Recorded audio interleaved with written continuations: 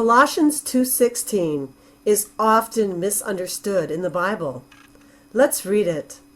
Let no man therefore judge you in meat or in drink or in respect of a holy day or of the new moon or of the Sabbath days, which are a shadow of things to come, but the body is of Christ. Now, when it says, let no man therefore judge you, who are we talking about?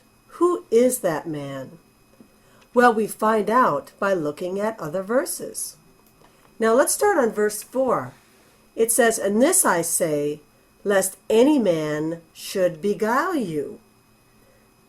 Now, that's interesting. Does that sound like your brother? Let's look at verse 8. Beware, lest any man spoil you through philosophy and vain deceit. Does that sound like your brother? Now let's go to verse 18 of the same chapter. Let no man beguile you of your reward. Now we can clearly see that this is not your brother. This is not anyone in the church. So if we go back to that verse, let no man therefore judge you in meat or in drink or in respect of a holy day, or of the new moon or the Sabbath days. That man is not someone in the church. That is someone outside the church. That is a heathen. This is in the church of Colossae, which is in Asia Minor. So this is not your brother. Now, let's look at verse 17 to help understand verse 16. It says, which are a shadow of things to come, but the body is of Christ. To better understand this, we're going to give you a visual. We're going to put these things we talked about, meat or drink, respect of a holy day, or of the new moon or the Sabbath days, in the shadow. Because every shadow has a body.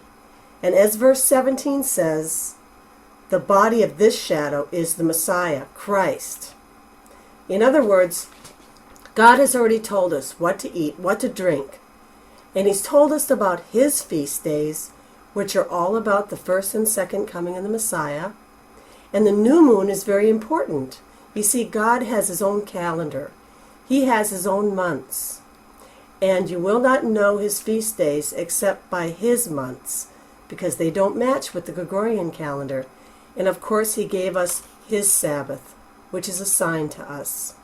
So that is why we cannot let any man outside the church, no heathen, tell us not to keep these things, because they're all about the Messiah.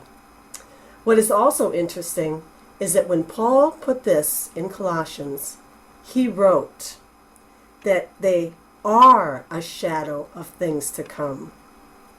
That means they still are. Jesus had already died on the cross and rose from the dead, and they're still a shadow of things to come, because you know what?